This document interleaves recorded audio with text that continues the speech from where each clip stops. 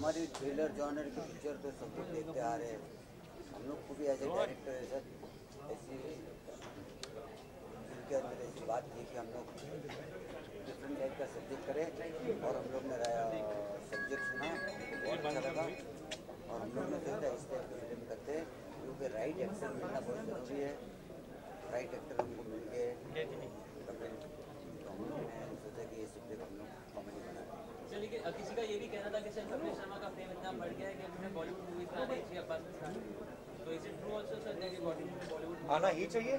हाँ ही गए वो सर, मतलब नहीं है क्या, किसी ने क्या कहा?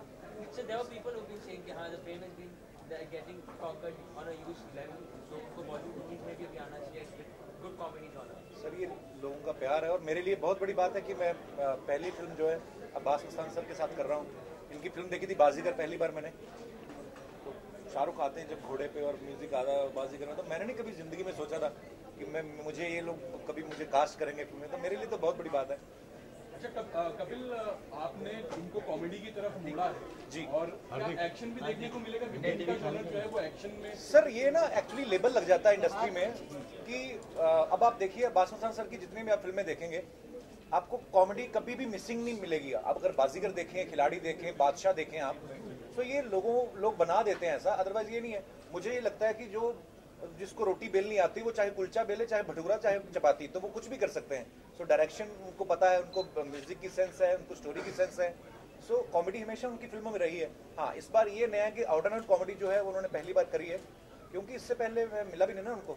तो घर वाला एक्शन देखने को मिलेगा कभी? स्टैंड अप कॉमेडियन, तो अभी आप जब एक्टर बन गए हो तो आगे चल के आप सारे जॉनर्स को सर बिल्कुल मैं ट्राई करूंगा। मुझे अब्बास भाई ने ये भी कहा कि तुम्हें एक्शन सीखना चाहिए, क्योंकि आगे चल के हम लोग कुछ ऐसा प्लान कर सकते हैं। पर मुझे ये लगता है कि स्टैंड अप कॉमेडी से लोग मुझे जानते हैं।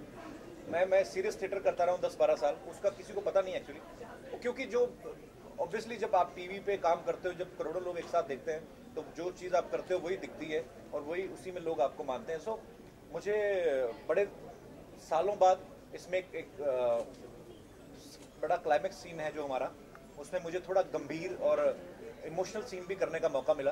तो फिल्म में सारे रंग हैं एक्चुअली, पर ये है कि मेन जो हमारी फिल्म है वो कॉमेडी है, तो मज़ा आएगा लोगों को। कपिल 70 mm पर पहली बार आप नजर आएंगे, 70 mm पर कॉमेडी करते हुए। ऐसा कौन सा कॉमेडियन है जिसको आप मानते हैं कि हाँ 70 mm पर कुछ ना कुछ अपने जैसा उनसे रिलेट करते हैं? सर मुझे नहीं लगता कि कोई भी इंसान किसी के जैसा नहीं होता है, सब अलग होते हैं। पर मैंने हर किसी से कुछ ना कुछ सीखा है सर। अगर आप महमूद साहब की बात करें तो वो ऐसे एक्टर थे कि उनका फिल्म में होना ज़रूरी समझा जाता था उस समय। अगर बच्चन साहब को आप देखें तो वो जब कॉमेडी करते हैं तो लगता नहीं कि उनसे बढ़िया कोई करता है, और जब एक्शन करते हैं तो ये भी नहीं लगता कि उनसे बढ़िया कोई एक्शन करता है। गोविंदा सर हैं, अरशद वारसी हैं। सर अरबाज भाई के मैंने ये सीखा कि अपने काम पे फोकस करो, भाड़ में की दुनिया। तो वो अपना बड़ा कूल रहते हैं सेट पे अपना। मैं कभी कभी सोचता हूँ इतनी गर्मी में जब शेव करके आप गम लगाते हो और ऊपर से मूंछ लगानी पड़ती है तो बड़ी खींच आती है, तो बेचारे गर्मी में वो लगा के मूंछ, और अंदर से जलन होती थी और एकदम से कुर्सी को पकड़ के बैठ जाते कि चलो 2-3 मिनट जलेगा उसके बाद आराम से बैठ जाओ। तो बड़े कूल है, तो उनके साथ मैंने पहले भी काफ़ी काम किया है।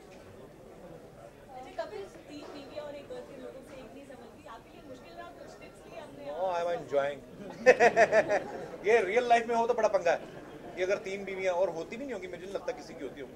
पहले ज़माने में होता था, राजा महाराजा रखते थे 365-400 बीवियां। मैं एक दिन कोई पे तो पढ़ रहा था, मैं वहाँ पे लिखा हुआ था, एक हमारे अमेरिका में कोई रेस्टोरेंट था, उन्होंने सब इंडियन राजाओं की फोटो में लगाई थी कि ये हो गया, वो हो गया, इतने इसकी बीवियाँ इतनी थी इतनी। मैं सोचूं अंग्रेज तभी घुस गए भारत में, क्योंकि ये तो इसी चक्कर में बिजी रहे होंगे।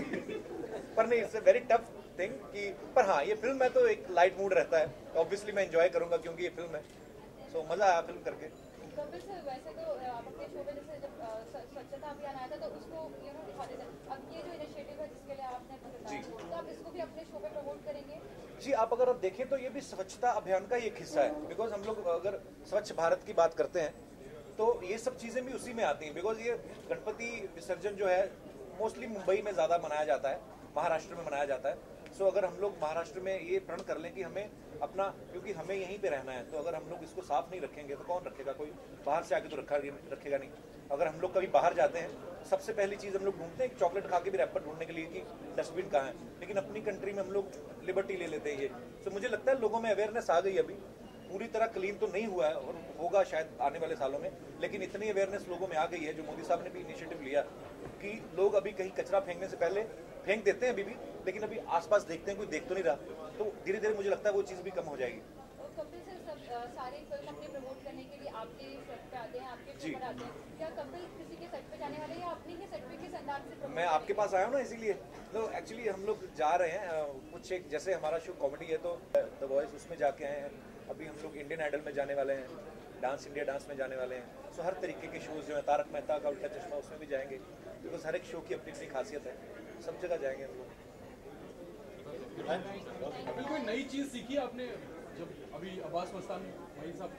सर मैंने रोमांस करना सीखा एक्चुअली, पहले तो मैं बदतमीजी करता था, फ्लर्ट करता था अपने सेट पे, पर मैंने देखा है कि ग्रेसफुली रोमांस आप कैसे करते हो, और ये मुझे मुस्तान भाई ने पहली बार बताया।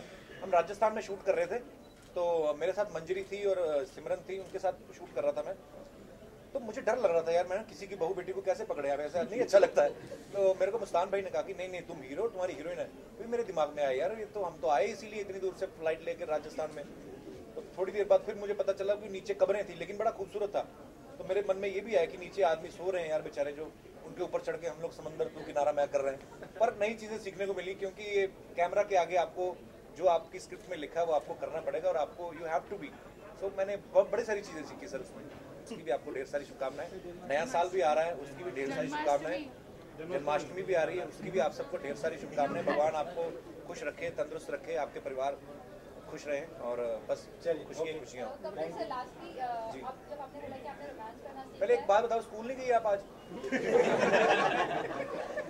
बड़ी छोटी सी जर्नलिस्ट है यार। 6 बजे।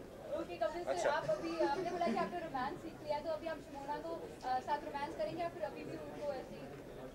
आशा, you are talking about that girl who comes in TV, पर एंजॉय भी उसी चीज को करते हैं, यूनिवर्सल ट्रूथ है ये। कम से कम हमारा कल्चर ऐसा तो है कि एक ही बीवी के साथ रहते हैं, दूसरे लोग तो कैलेंडर की तरह बीवियां बदलते हैं बाहर दूसरे देशों में, अगर आप देखो तो ये मुझे लगता है कि मैं नहीं बदलूंगा, मैं उसके साथ ऐसे ही रहूंगा, वो भी तो मुझे मारती है, उसके बारे में कभी नहीं पूछा किसी ने। कपिल कलर्स पे और एक शो आ गया कॉमेडी नाइट जी, तो बहुत सारी अटकलें हैं कि अब कपिल का शो ऑफर हो जाएगा, और वो शो भी वही टाइम स्लॉट पे आ रहा है सैटरडे के टाइम पे, तो संडे का स्लॉट भी वही शो फिल करेगा, तो इज इट ट्रू? नहीं, ये बिल्कुल सच नहीं है, हमारा शो संडे को आता है, और क्योंकि हम लोग ट्वाइस इन ए वीक थे पहले, तो वो सैटरडे हम लोगों ने छोड़ दिया स्लॉट, बिकॉज 26 एपिसोड की सीरीज बनाई थी ये, टचवुड लोगों का इतना प्यार मिला तो हम 200 एपिसोड के आसपास पहुंच गए हैं, सो फिल्म भी थी करने के लिए, आगे और भी प्रोजेक्ट्स हैं, तो मुझे लगा कि क्वालिटी मेंटेन रहनी चाहिए ना कि क्वांटिटी। मैं प्रोड्यूसर जरूर बनाऊं अपने शो का, लेकिन मेरी प्रोड्यूसर वाली सोच नहीं है, मैंने अपने पैसे आधे कर लिए, लेकिन शो मैंने मनसी ने वीक किया ताकि लोग एंजॉय करते रहे, देखते रहे, वो अलग शो है, वो उसका फॉर्मेट अलग है, वो सैटरडे को आएगा और हमारा संडे को। चलिए, थैंक यू सो मच, आप सबका बहुत बहुत शुक्रिया। Thank you so much.